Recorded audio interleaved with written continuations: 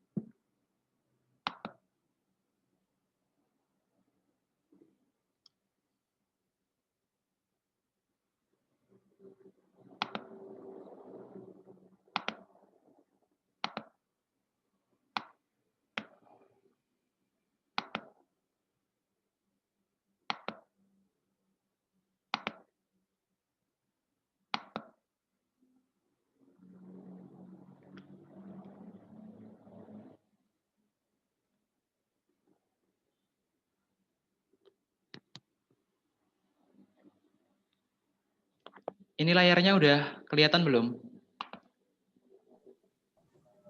Alhamdulillah sudah.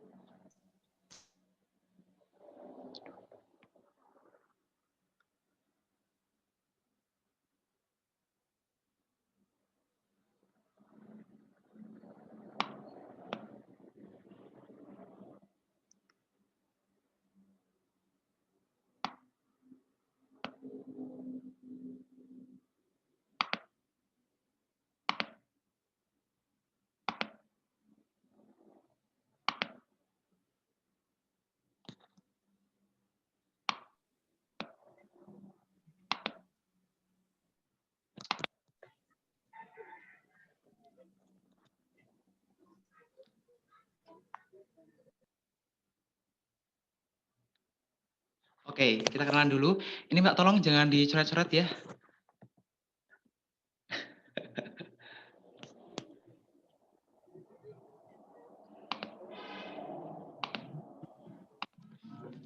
Oke, saya mulai perkenalan dulu. Sebelumnya, perkenalkan nama saya Ahmad Muhibun.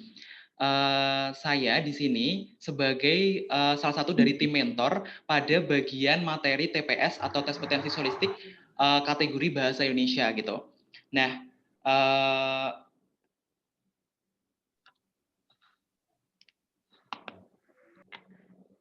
jadi di materi bahasa Indonesia ini nanti juga mencakup beberapa aspek gitu juga ya.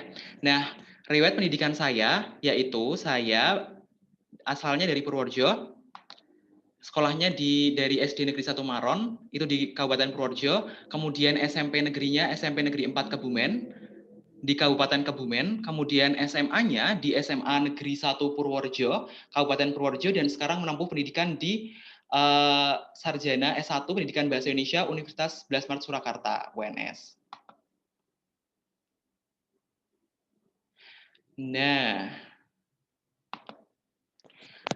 kegiatan yang saya ikuti atau organisasi dan juga kegiatan dan juga relawan, untuk organisasinya, ketika di SMA itu saya ikut sebagai ketua redaksi majalah sekolah Gama SMA Negeri 1 Purworejo, kemudian pernah menjabat sebagai wakil ketua forum anak Purworejo, kemudian pernah menjadi sekretaris paduan suara SMA Negeri 1 Purworejo, kemudian anggota koperasi siswa SMA 1 Purworejo, dan di UNS atau di kampus mengikuti kegiatan yang disebut dengan UKM SIM atau Studi Ilmiah Mahasiswa, sekarang sebagai anggota dan juga staf PSDM Himpropsi atau Himpunan Mahasiswa Program Studi Pendidikan Bahasa Indonesia.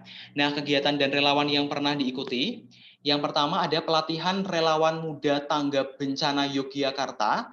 Itu kegiatan yang diadakan oleh Kementerian Pemuda dan Olahraga Republik Indonesia. Kemudian juga pernah ikuti kegiatan-kegiatan seperti mengisi MC di Invitasi Purworejo, kemudian peringatan Hari Anak Nasional Kabupaten Purworejo, kemudian MC Festival Ilmiah Mahasiswa 2020, kemudian peserta Sekolah Ilmiah SIM UNS 2019, kemudian pelatihan Training of Trainer, Public Speaking mahasiswa Rumpun Pendidikan UNS, kemudian juga peserta pelatihan penulisan artikel ilmiah sosial humaniora tahun 2020 UNS, kemudian pernah menjadi penulis pada proyek kilometer yang berbeda, penerbit Reditins, yaitu pada buku puisi.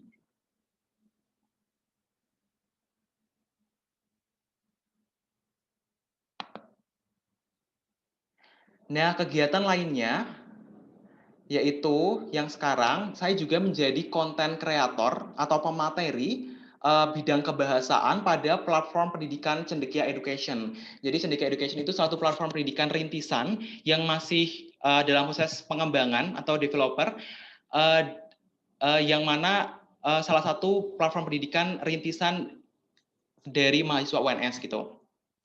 Kemudian saya juga menjadi koordinator tim sekretaris untuk kegiatan film atau Festival Ilmiah Mahasiswa tahun 2021.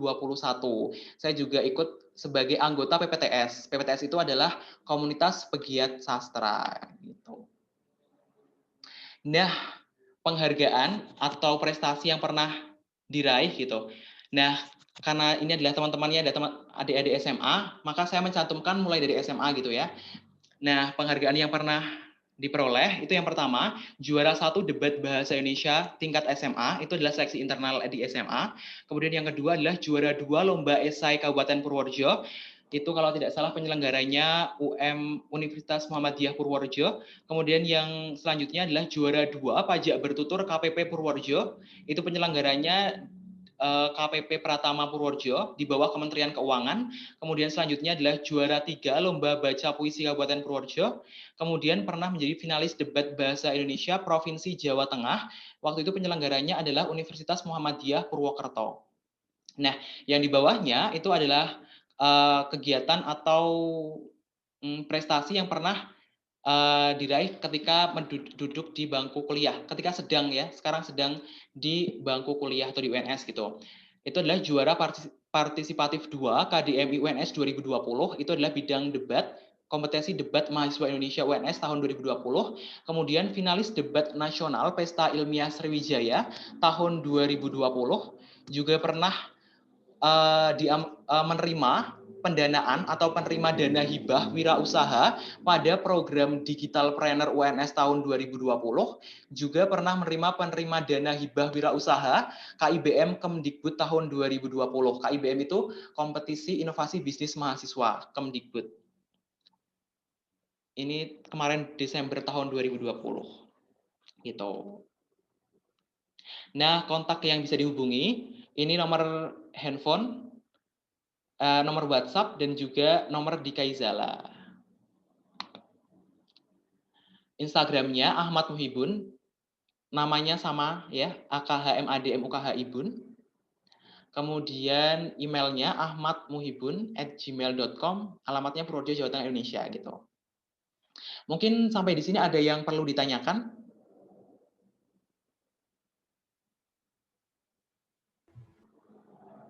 Belum ada?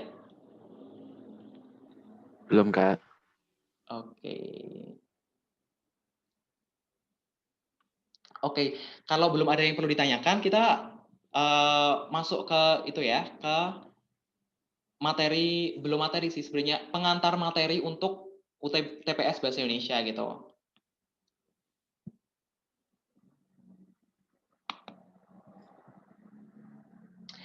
Nah, TPS Bahasa Indonesia, emang bener namanya TPS Bahasa Indonesia gitu ya? Sebenarnya namanya bukan TPS Bahasa Indonesia gitu ya, tapi materi-materi di bawah ini yang 1, 2, 3, 4, 1, 3, 4 itu merupakan skup atau bagian dari ilmu yang kita pelajari pada mata uji bahasa Indonesia gitu, di mata pelajaran bahasa Indonesia gitu. Yang pertama adalah kemampuan penalaran umum. Nah, di bidang kemampuan penalaran umum itu umumnya skup bahasa Indonesia itu mencakup materi-materi seperti analogi misalnya gitu. Analogi, kemudian silogisme, kemudian mungkin klasifikasi, dan juga ada mungkin makna kata juga bisa masuk penalaran umum juga. Kalau kuantitatif itu bukan. Kemudian yang ketiga, pengetahuan dan pemahaman umum. Nah, pengetahuan dan pemahaman umum ini biasanya dia mencakup teks yang mana kita biasanya menganalisis gitu ya, menganalisis dari segi bacaannya, kemudian struktur kalimatnya bisa jadi, kemudian juga dari segi kaidah kebahasaannya, apakah dari segi ejaan bahasa Indonesia benar atau tidak gitu. Kemudian yang keempat adalah kemampuan memahami bacaan dan menulis. Nah, kemampuan memahami bacaan dan menulis itu biasanya bentuk soalnya itu bisa jadi adalah dalam bentuk kalimat efektif, kemudian kalimat inti dan inti kalimat. Itu umumnya ya.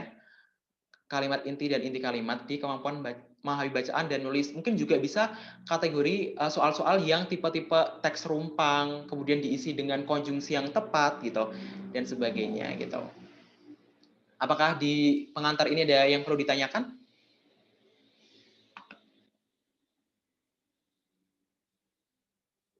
Tidak, Pak.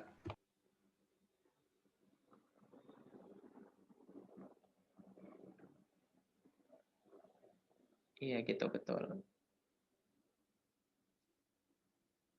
Ini rumpun saintek, tapi karena ini teman-teman rumpun saintek, tapi penting nggak sih sebenarnya untuk teman-teman rumpun saintek itu bisa paham materi TPS cakupan bahasa Indonesia gitu. Apakah itu akan berpengaruh besar terhadap penerimaan teman-teman di program studi yang bau-baunya saintek gitu? Menurut teman-teman berpengaruh nggak sih materi TPS bahasa Indonesia itu bagi teman-teman rumpun saintek? Mungkin satu atau dua yang mau berpendapat.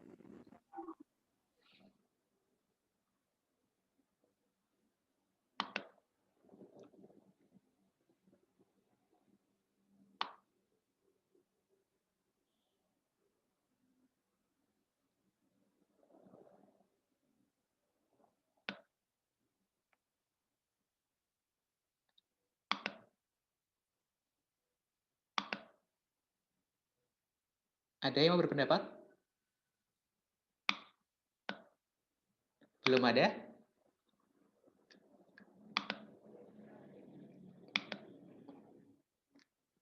Belum ada, oke. Kalau menurut saya, penting nggak sih materi TPS Bahasa Indonesia itu untuk teman-teman di rumpun saintek gitu ya?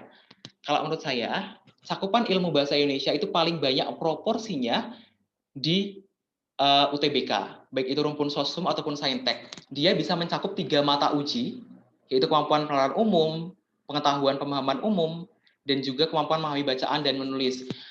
Karena kita belum tahu ya skema penilaiannya apakah untuk program studi kita sebut saintek itu hanya akan melihat pemerincian nilai-nilai saintek, ya kan? Kita belum tahu sistem penilaiannya, maka bagi saya teman-teman perlu bisa mengerjakan soal-soal TPS Bahasa Indonesia itu dengan baik dan benar gitu ya, dengan cepat dan tepat. Kenapa? Karena kita belum mengetahui gitu gimana sih skema penilaian dari UTBK itu sendiri gitu. Jadi karena semisal nilainya adalah sama rata, satu soal satu nilai, maka teman-teman semakin banyak soal bahasa Indonesia yang teman-teman bisa kerjakan, maka semakin besar peluang teman-teman untuk bisa masuk di jurusan yang teman-teman inginkan gitu. Jadi tidak melihat skop atau tidak melihat mata pelajaran atau mata ujinya, teman-teman semakin banyak soal yang bisa dikerjakan, semakin besar peluang teman-teman untuk bisa diterima di UTBK gitu. Itu menurut saya. Mungkin teman-teman ada yang di bimbelnya juga pernah diajari skema penilaiannya, mungkin juga bisa cerita gimana sih penilaian UTBK-nya gitu. Tapi yang jelas gini ya, yang jelas itu ya yang akan kita pelajari pada pertemuan-pertemuan berikutnya gitu. Nah, karena pertemuan kita tidak panjang ya, mungkin hanya sekitar 3 sampai 4 bulan, maka perlu diberi pemetaan materi gitu. Kira-kira pertemuannya perlu dibuat pemetaan yang jelas gitu kan. Nah, misalnya saya menawarkan untuk pemetaan materinya adalah pemetaan materi berdasarkan submateri. Jadi misal pertemuan minggu depan kita mau bahas apa gitu. Misal teman-teman punya cakupan materi yang teman-teman belum paham gitu. Mas, saya belum paham untuk materi semisal bagian semantik. Mohon dong untuk 1 kali pertemuan bisa dibahas semantik gitu. Itu boleh banget teman-teman untuk mengajukan materi yang teman-teman belum pahami atau teman-teman rasa bahwa ini akan mencakup banyak soal, maka teman-teman perlu untuk memahami lebih dalam gitu. Ataupun teman-teman juga boleh banget mengajukan pertanyaan baik itu di pertemuan kita yang tatap muka 1 jam ini atau di grup Kaizala gitu ya, di grup diskusi di grup TPS Saintek di Kaizala itu. Nah, harapannya apa? Harapannya agar pertemuan kita itu tidak selesai 1 kali 1 jam dalam 1 minggu gitu. Tapi pertemuan kita itu bisa terus membawa teman-teman untuk memahami materi dari satu ke satu gitu ya, dari tahap ke tahap gitu. Jadi karena kita punya grup di Kaizala, maka harusnya teman-teman itu bisa memanfaatkan waktunya untuk belajar itu 24 jam sehari, 24 jam kali 7 seminggu gitu ya. Kenapa? Karena teman-teman punya potensi untuk bisa bertanya, ada tempat untuk bertanya gitu. Ada tempat atau wadah untuk teman-teman bisa mempertanyakan, kira-kira ini benar nggak sih kunci jawaban dari soal yang saya pelajari? Ini benar nggak sih kunci jawaban yang saya dapat dari teks uji? Ini benar nggak sih gitu? Dan kalau belajar itu perlu teman-teman pahami bahwa buku pegangan apapun itu ya, buku pegangan misalnya UTBK atau SBMPTN gitu, yang dia sudah sepakat sama kunci jawabannya gitu kan, itu perlu teman-teman juga untuk melakukan apa yang disebut dengan cross check. Kenapa perlu untuk cross check? Karena biasanya buku-buku itu juga punya potensi untuk bisa salah dalam memberi kunci jawaban atau salah dalam memberi penjelasan gitu. Beberapa kali saya pernah menemui buku-buku yang serupa, bahkan ini mungkin bisa penerbitnya sama, hanya merek bukunya beda, tapi bisa untuk soal yang sama, di tahun yang sama, itu jawabannya beda. Ya, biasanya soal-soal yang sudah ada error kayak gitu, udah bisa ada 2 jenis jawaban, itu perlu di cross check-kan, perlu diklarifikasi. Ini yang benar yang mana sih jawabannya? Apakah ini yang benar? Atau dua-duanya bisa jadi potensinya salah semua? Atau mungkin jawabannya benar tapi skema berpikirnya keliru. Itu juga bisa gitu. Jadi teman-teman silahkan manfaatkan waktunya dengan sebaik-baiknya gitu. Karena jadwal dari sekolah itu saya hanya menemani 1 kali pertemuan dalam 1 minggu dalam tatap muka, maka teman-teman perlu mengaktifkan di grup chatting-nya, di Kaizalanya, ataupun kalau teman-teman mau personal chat ke saya juga tidak apa-apa, di WhatsApp juga nggak apa-apa, di Kaizala juga nggak apa-apa. Tujuannya untuk apa? Tujuannya agar pemahaman teman-teman dalam mempelajari TPS Bahasa Indonesia itu semakin baik gitu. Jadi agar ilmunya tidak selesai dalam 1 kali 1 pertemuan dalam 1 jam ini gitu. Terus rencananya untuk pertemuan ke depan itu saya akan bagi dalam beberapa sub materi. Jadi sebelum perkuliahan saya inginnya adalah saya men-share materi uji atau latihan uji ke teman-teman. Jadi ketika kita tatap muka itu ada materi yang bisa kita diskusikan gitu, ada hal-hal yang bisa kita diskusikan gitu. Misal ada pertanyaan yang sulit atau pertanyaan yang kok jawabannya ini, yakin ini gitu. Atau mungkin bisa jadi nih Mas Ahmad keliru nih kayaknya nge-setting jawabannya gitu. Nah, itu bisa didiskusikan gitu di pertemuan tatap muka seperti ini gitu. Nah, dalam pertemuan berikutnya saya akan, kalau tadi kan saya nge-share latihan soalnya di Quizzes itu kan cakupannya masih utuh ya, masih seluruh materi ya, belum terspesifikasi dalam rumpun mata uji. Nah, untuk pertemuan ke depan saya akan berusaha untuk membuat soal itu berdasarkan rumpun mata uji. Apakah itu misalnya itu adalah bahas soal EBI, soal ejaan bahasa Indonesia, pedoman ejaan bahasa Indonesia, atau misalnya itu adalah bahas soal morfologi, atau misalnya bahas soal semantik, sintaksis, itu akan saya upayakan agar itu pembahasannya adalah per mata uji atau per pokok bahasan gitu. Harapannya agar teman-teman ketika bertemu di tatap muka, teman-teman sudah paham tiap mata ujinya gitu. Nanti kita perbanyak di latihan soal dan juga pembahasannya gitu. Sampai sini ada yang perlu ditanyakan?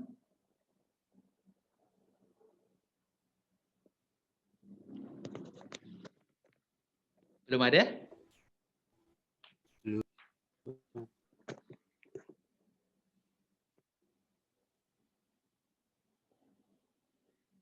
Oke, kalau misal belum ada, mungkin kita bisa bahas soal tadi ya. Ini udah jelas ya, yang scope materinya udah jelas. Terus kita mungkin bisa nyoba tadi latihan kuisis tadi ya. Jawabannya bener, yang kayak gimana sih gitu. Ini kayaknya belum ngisi semua ya kuisisnya. Gak apa. Oh iya, sama kalau misalnya ada dapat materi latihan soal dari tim-tim tutor, itu boleh banget dikerjakan, boleh banget. Tapi kalau misal ada tanggungan tugas juga, prioritasnya tetap tanggungan tugasnya dulu ya. Jangan lupa presensi ini. Ini yang mengerjakan kayaknya masih separuhnya deh, kuisis tadi.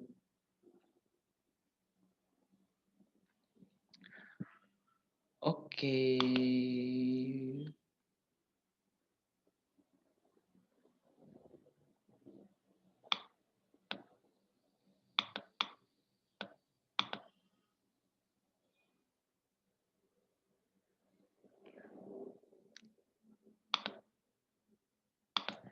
Saya share screen soal tadi ya. Ini mungkin teman-teman yang belum mengerjakan, langsung bahas ini ya, penjelasannya. Tapi bisa jadi kalau kalian udah dapat penjelasan, terus kalian ngerjain ulang, boleh loh. Siapa tahu dapat nilai 100, 15 dari 15. Tadi kalau nggak salah yang paling tinggi berapa ya nilainya?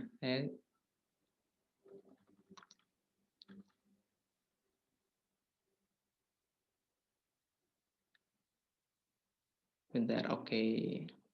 Kelihatan ya, udah kelihatan semuanya?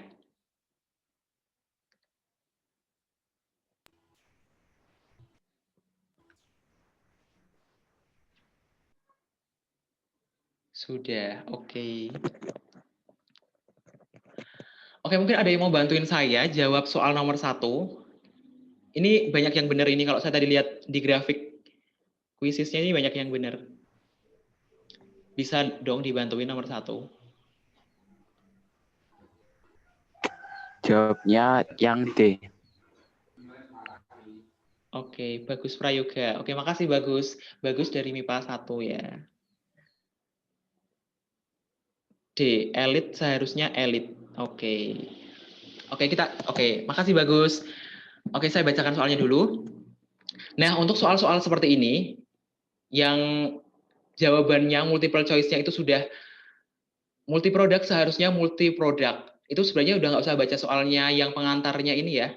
Karena ini sudah jelas ada di teksnya gitu ya. Langsung dijawab lihat di multiple choice-nya udah bisa dijawab sebenarnya. Multi produk seharusnya multi produk, benar, salah. Salahnya ini sudah benar ya harusnya. Yang A ini sudah benar. Oh, ini serapan ya. Terus yang B, sistem seharusnya sistem ini benar atau salah? Salah. Salahnya di mana? Sistem itu nggak baku. Tapi ini karena ini sudah jelas, jawabannya D. Elit seharusnya elite. Ragam tulisnya elite, ada E-nya setelah T, tapi ragam bacanya adalah elit biasa. Itu pengecualian untuk, kalau bahasa Indonesia itu kan jarang ya, ada yang antara tulisan dengan bacaan beda. Itu kan jarang. Betul? Betul. Tapi ini elit itu antara ragam baca dengan ragam tulis itu beda. Karena ini udah banyak yang benar, jadi nggak usah dibahas mendalam. Lanjut ke soal nomor 2. Ada yang mau bantu saya jawab?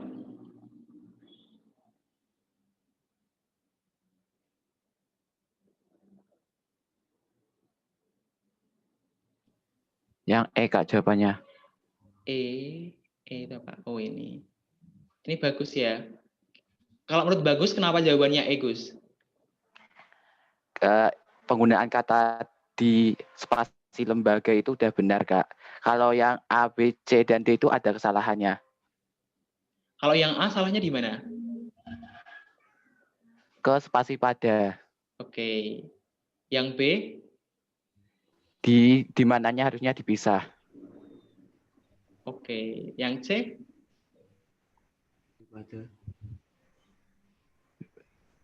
Daripada. Yang dipisah salah. Oke. Yang D? Keluar. Keluar. Betul. Ini harusnya kota ya, kok koti sih. Typo, sorry. Bener, wah bagus, mantap sih Gus. Ini kayaknya bagus. Bagus mau lanjut di mana Gus, kalau boleh tahu? Bismillah UNS, Kak. Oh, alhamdulillah. Tapi rumputnya Saintek. Ya. Oke. Kalau mau tanya spesifik jangan ya, nanti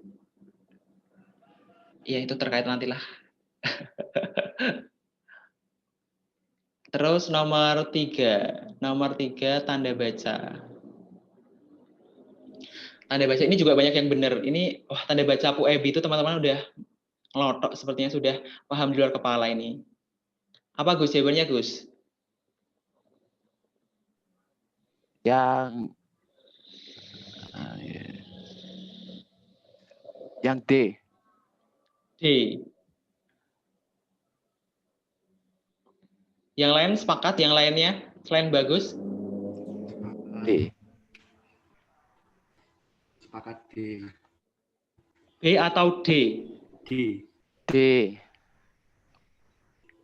Dedek darah. Nah, itu. Oke. Oke, kalau ini salahnya yang sama, yang beda apa sih? Ini Ya. antara D sama C itu beda. Ini kenapa yang C salah? Atas Tanda atas serunya. Tanda serunya harusnya di depan petik. Oke. Belum petik. Mantap, bener. Oke. Emang gitu ya. Aturannya kalau ada tanda punktuasi itu harus ada di dalam tanda petik pada kalimat langsung. Wah, ini udah pinter-pinter nih. Mantap. Terus soal nomor 4. Ada yang bisa bantu jelasin? Selain bagus. Bagus udah 3 soal.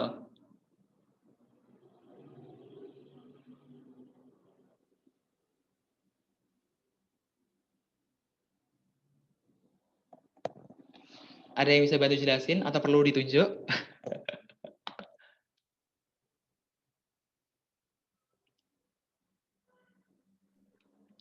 B. B, Kak. Siapa yang jawab ini? Kamal. Bukan. Bukan aku, Kak.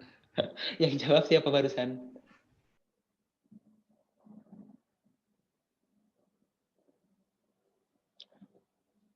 Ada yang bisa bantu saya? Nomor 4 A. Kursi presiden.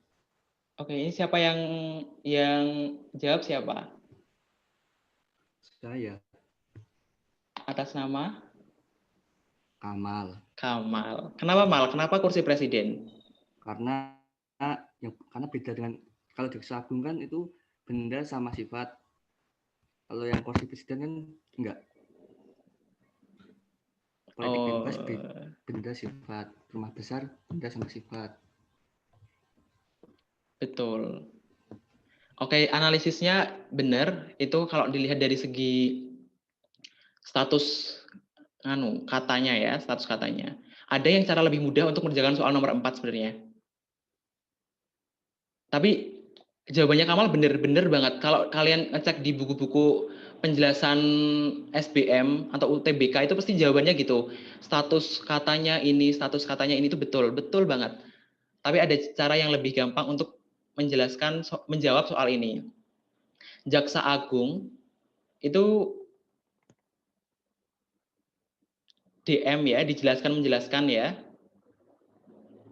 Agung itu menjelaskan jaksa, DM, menjelaskan. Ini bisa teman-teman masukkan tambahan kata untuk menjelaskan, untuk melihat polanya. Tambahkan kata yang di tengahnya itu bisa menjawab materi ini. Misal, jawaban dari nomor yang terakhir, rumah yang besar. itu bisa diterima ya, rumah yang besar. Yang D, kekuasaan yang terbatas, bisa diterima. Yang C, politik yang bebas, bisa diterima. Yang B, ekonomi yang lemah, bisa diterima. Yang A, kursi yang presiden, nggak bisa diterima.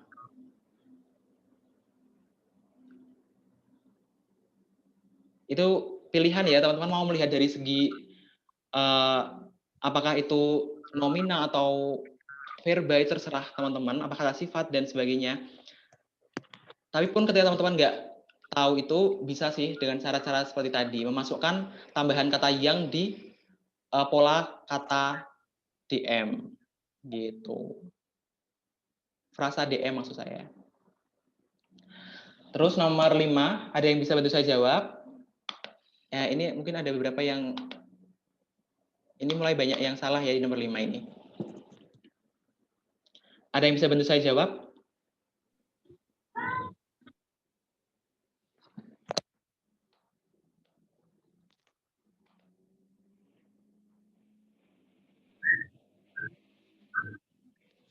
Rosa kayaknya mau bantu saya jawab.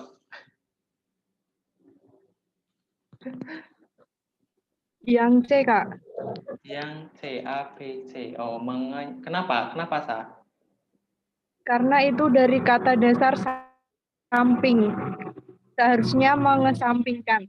Oke. Bener analisisnya. Aduh, ini saya pennya agak susah ya, jadi agak lama. Itu prefix menasal, sorry. Menasal ini harusnya. Menasal bertemu kata samping. Ini samping ya, langsung ya, samping.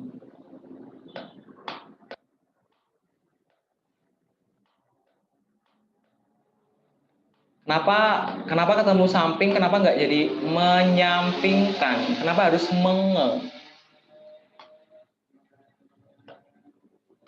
Ini menasalkan.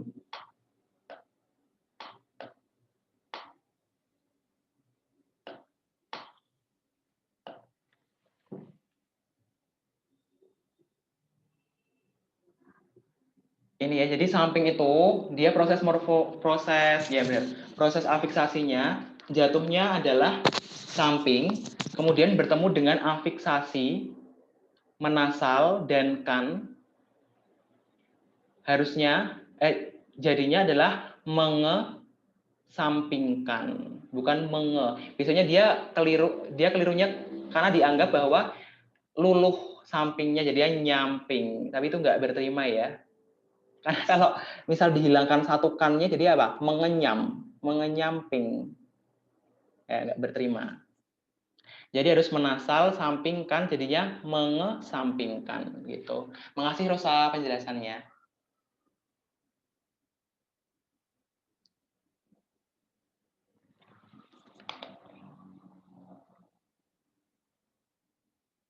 Ini clear aja ya.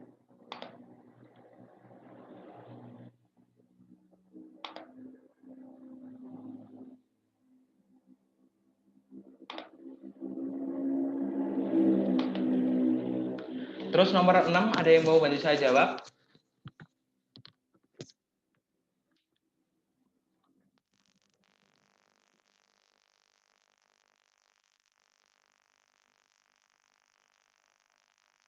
Ini 6 banyak yang benar kayaknya deh.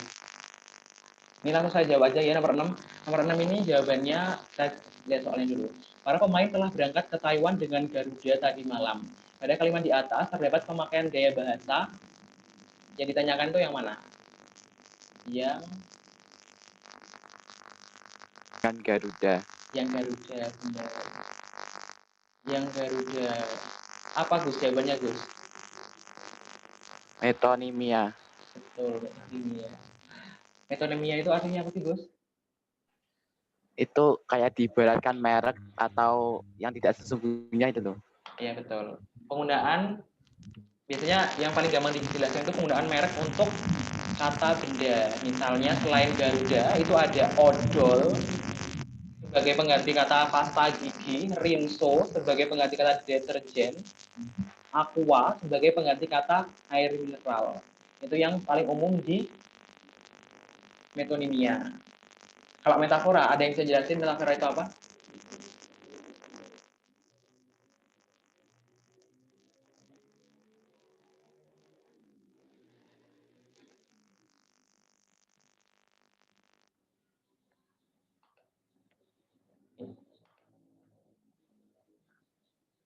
Oke, nggak ada yang anu ya. Ini zoomnya cuma 100, jadi kalau ada yang di waiting list, kayaknya nggak bisa join deh.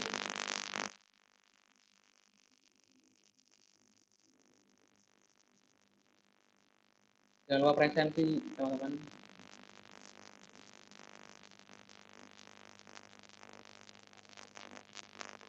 Atau ada yang mau jelasin yang lain selain metafora, sinestesia?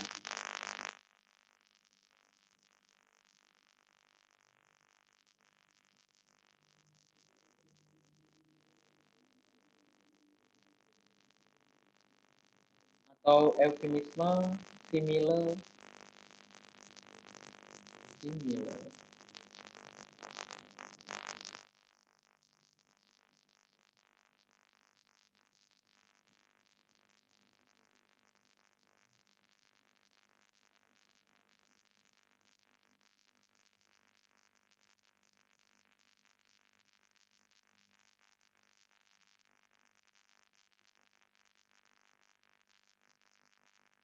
Kalau metafora itu intinya adalah dia adalah gaya bahasa perbandingan gitu ya. Biasanya perbandingannya dengan benda atau binatang biasanya.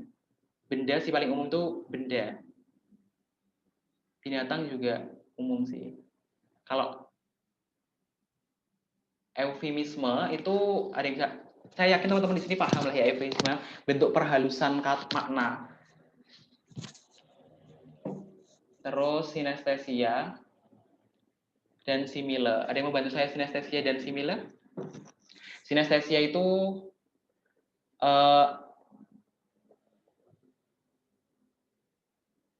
suara saya masuk nggak sih sebenarnya?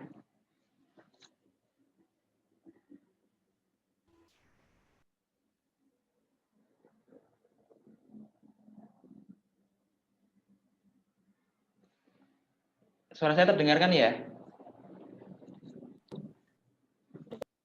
Terdengar. Tuh, ini kok putus-putus.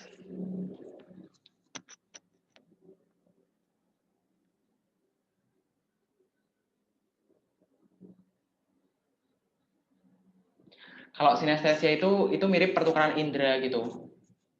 Contohnya apa ya? Contohnya itu kalau pertukaran indera itu gini. Namanya di sini ada nama siapa ya? Tadi siapa? Rosa ya. Rosa adalah gadis yang manis. Atau Rosa terlihat manis. Padahal terlihat dan manis itu dengan dua indera yang berbeda. Nah, itu yang disebut dengan sinestesia. Ada pertukaran indera di dalamnya gitu ya. Kalau simile itu penandanya adalah kata-kata perumpamaan, misal bagai, seperti, laksana, dan sebagainya. Ini gampang, ini banyak yang benar ini. Nah, lama ya. Kemudian yang ketujuh ini gampang ya. Farah jatuh dari tangga. Pada kalimat di atas memiliki makna jatuh itu bermakna denotatif. Kenapa denotatif? Karena jatuhnya dari tangga. Gimana, ada yang mau bantu saya jawab?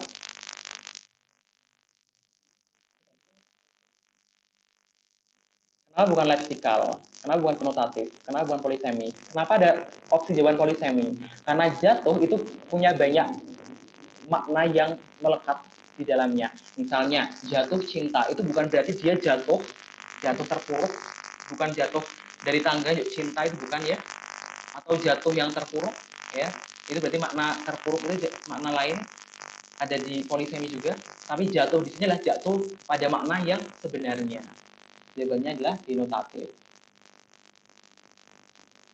Terus nomor 8, kata berawalan me yang tidak menyatakan kerja terdapat pada kalimat.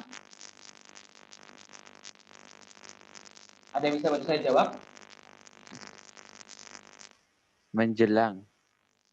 Menjelang.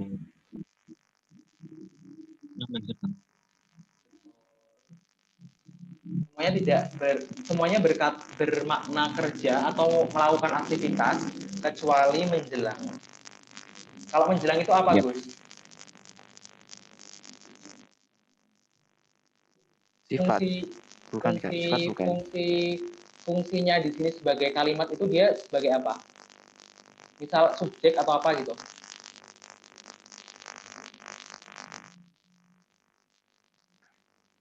Keterangan bukan sih? Fungsi atau keterangan.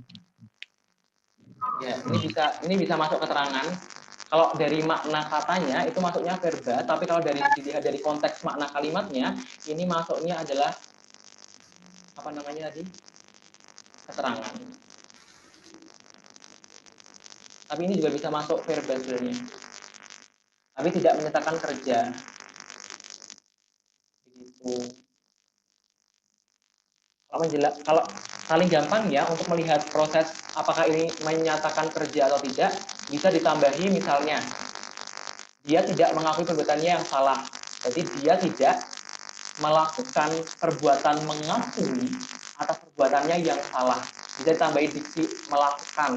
Itu untuk mengkonfirmasi kira-kira kalau dia dimasukin kata itu apakah bisa berterima atau tidak.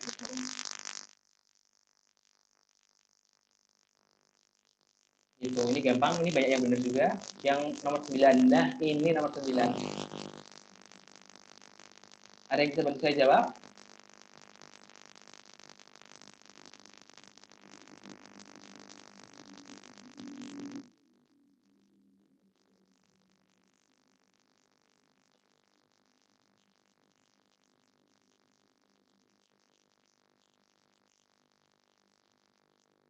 Belum ada yang bantu? Oke. Kalimat inti pada kalimat sekalipun hujan deras dan angin dingin berhembus, orang-orang tetap berduyun-duyun membeli karcis drama pertunjukan Rama dan Sinta. Pertanyaannya berarti kalimat inti pada kalimat titik-titik itu yaitu gitu ya. Ada yang mau bantu saya jawab? Pertanyaan ini jawabannya apa?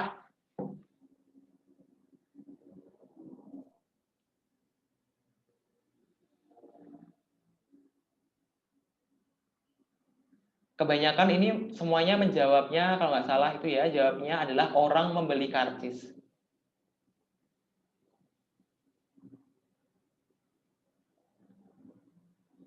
Apakah benar jawabannya orang membeli karcis?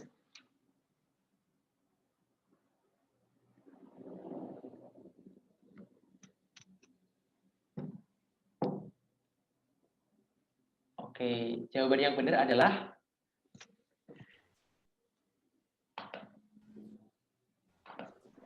jawabannya adalah C. Orang berduyun-duyun. Ada yang bisa menjelaskan kenapa sih kok jawabannya C?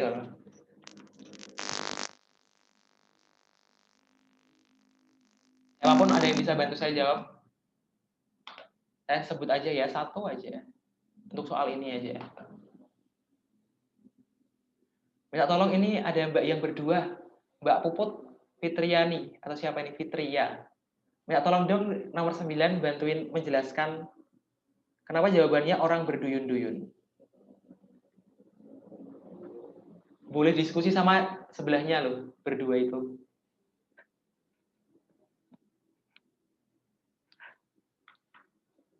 Menurut pendapatnya aja. Sekalipun hujan deras dan angin dingin berhembus, orang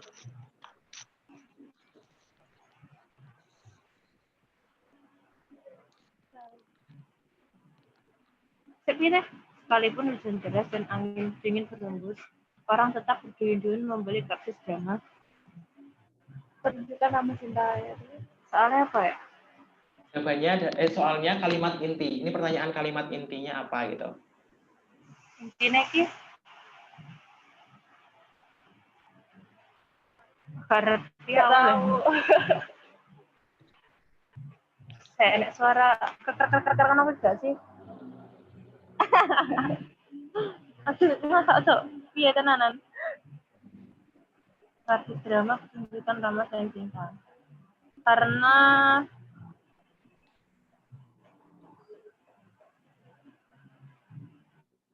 Atau menurut Mbaknya jawabannya yang benar bukan itu deh kayaknya Mas gitu.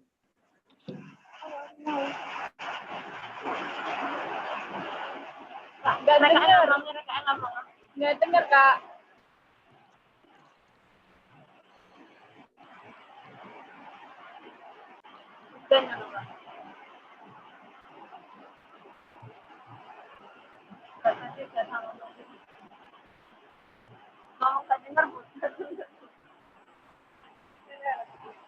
Oke, bisa kan jawab lewat chat gue.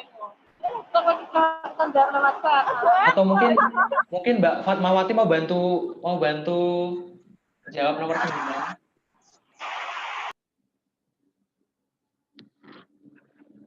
Oke, udah nih.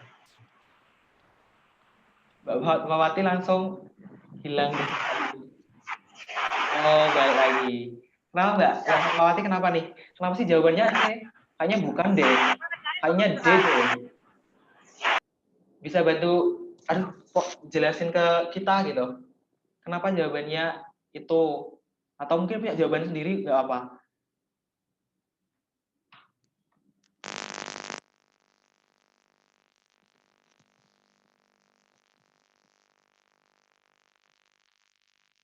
Tapi Mbak Fatmawati mendengar suara saya kan ya?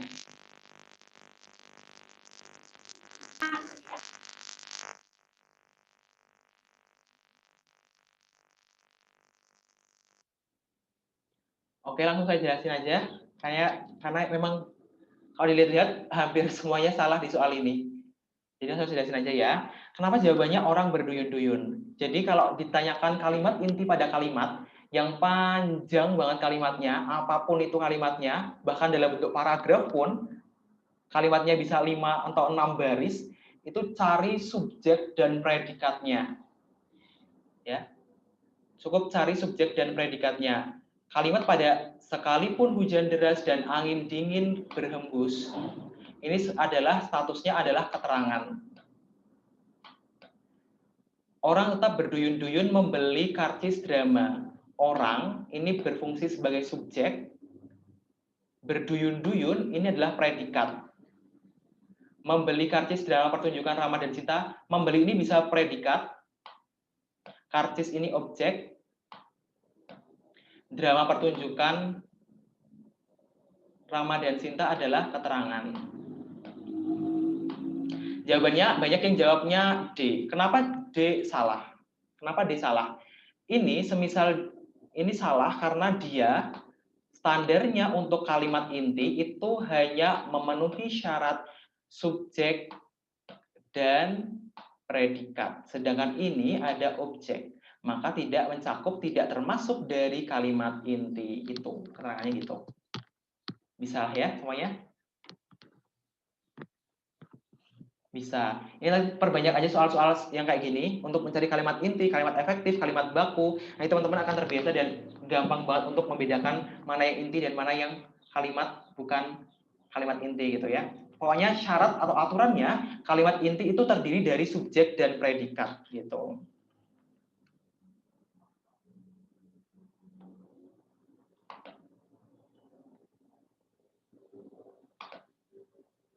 Nah, kemudian ini banyak yang benar, jadi nggak usah dibahas. Yang nomor 10, jawabannya adalah D.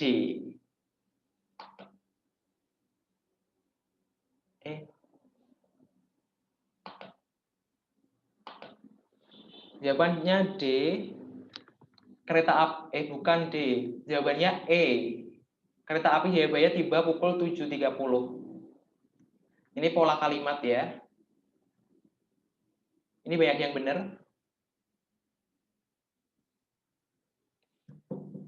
Silogisme ini juga banyak yang benar ini. Banyak banget yang benar di silogisme ini. Kayaknya hampir banyak banget di ini deh. Jawabannya mana?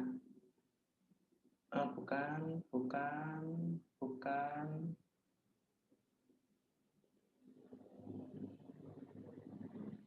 Jawabannya B. Y telah disimpulkan dan Z dapat disimpulkan. Ini banyak banget yang benar, jadi nggak usah dibahas. Yang bawahnya, Andi menyukai bakso dan soto. Andi menyukai soto berarti ini tadi yang aku ngecek Ada yang oh, ada satu rancuan deh, ada kerancuan deh di sini dengannya deh. Mungkin ada yang mau bantu saya jawab nomor 12. Andi tidak menyukai bakso. Kenapa, Gus? Ya kan Andi menyukai bakso atau soto. Lah Andi sudah menyukai soto berarti Andi tidak menyukai bakso. Betul sekali. Karena atau itu adalah diksi alternatif. Jadi kalau satunya suka, kalau satunya A positif, berarti satunya otomatis A negatif gitu. Wah, bagus. Kamu harus cocok banget masuk jurusan-jurusan kayak gini, Gus. Masuk rumpun saintek bisa sih, Gus. Amin. Amin. Yang 13 mendung titik-titik sama dengan titik-titik titik 2 malam. Ini gampang ya. Ini aku nggak cek sih, aku lupa ini nggak cek dulu deh. Jawabannya langsung ya, karena waktunya sudah hampir habis. Ini lebih minta telat 5 menit nggak apa ya. Mendung, jawabannya itu adalah C. Jadi mendung ini diberi konteks saja. Mendung berarti akan ada hujan, maka senja berarti akan datang malam. Gitu. Ini kalau mau diberi konteks. Kalau enggak juga dilihat dari strukturnya juga nggak apa. Mendung itu kata apa? Hujan itu kata apa? Senja kata apa? Malam itu juga nggak apa-apa. Tapi dilihat korelasinya juga lebih penting sebenarnya. Yang ini penggunaan imbuhan yang salah terdapat pada kata bercetak miring dalam kalimat. Ada yang mau bantu saya jawab ini?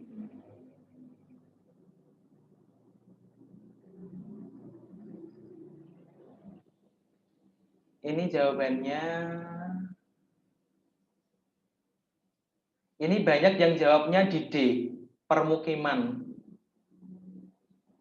Tapi bukan itu jawabannya. Jawabannya adalah A. Kenapa A? Ada yang mau bantu saya jawab kenapa A jawabannya bukan D? Kenapa permukiman bukan pemukiman?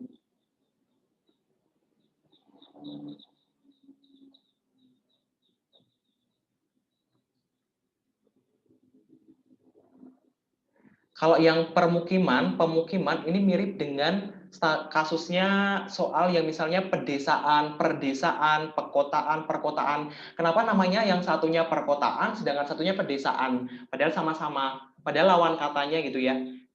Satunya pedesaan, satunya perkotaan. Kenapa yang kalau satunya pedesaan, satunya bukan perkotaan gitu? Ini mirip serupa untuk soal nomor D. Yang berterima itu permukiman. Tapi pemukiman juga ada. Tapi ini secara konteks ini sudah benar permukiman. Kenapa? Karena dia menunjukkan kawasan. Tidak hanya sebagai pusat kawasan bermukim, 60% penduduk Indonesia, Jawa juga menjadi pusat industri, perdagangan, dan pemerintahan gitu. Jadi D ini sebenarnya sudah benar, tapi banyak banget yang jawab D. Nah, kenapa jawabannya A? Karena mengorganisasikan itu tidak ada. Ada secara bahasa tutur itu ada, tapi tidak berterima. Kenapa tidak berterima? Karena kalau prinsip morfologinya, kalau mengorganisasikan itu untuk orang lain. Sedangkan manusia harus pandai mengorganisasikan diri. Sedangkan kalau untuk diri sendiri, maka akhiran kan itu tidak diperlukan. Jadi manusia harus pandai mengorganisasi diri. Gitu. Jadi imbuhan yang pertama itu keliru. Harusnya cukup prefix menasal tanpa adanya akhiran kan. Gitu. Paham ya ini? Paham. Ya, soal yang terakhir. Arti kata aporisma. Aporisma itu artinya kalau untuk soal-soal yang kayak gini, teman-teman harus perbanyak baca-baca soal latihan soal dan juga mungkin juga perlu buat glosarium ya, misal kata-kata yang sangat potensial untuk keluar gitu ya. Meskipun kata-kata dalam bahasa Indonesia itu banyak banget gitu, tapi tidak ada salahnya untuk mencoba. Minimal teman-teman tahu konsepannya, teman-teman tahu ini soal yang tipe-tipe soalnya sering keluar gitu. Nah, kalau untuk soal yang arti kata, ini salah satu cara untuk menjawabnya adalah untuk memperbanyak vocabulary bahasa Indonesia. gitu. Nah, kalau ada jalan tikusnya adalah jangan pernah jawab soal atau jawaban yang bunyinya serupa. Aporisma. A priori itu jelas nggak mungkin. Kenapa nggak mungkin a priori? Karena dia butuh diterjemahkan lagi, ya. Kalau arti kata aporisma itu cari yang bahasanya umum, yang umum di masyarakat gitu. Aporisma. Terus yang mirip lagi ada prima. Itu ada apo, a priori, ada bentuk prima. Berarti nggak mungkin. Kenapa? Karena bunyinya serupa. Jadi tinggal ada 3 kemungkinan jawaban B, C, atau D. Nah, kalau yang sudah kayak gini, maka teman-teman perlu memperbanyak vocabulary gitu. Itu ya. Ada yang perlu ditanyakan? Ini sudah 5:05. Harusnya sampai jam 5, tapi karena tadi saya nggak telat, datangnya pas jam 4, jadi butuh waktu buat lain-lain, jadi saya lebih 5 menit nggak apa ya. Mungkin ada yang perlu ditanyakan?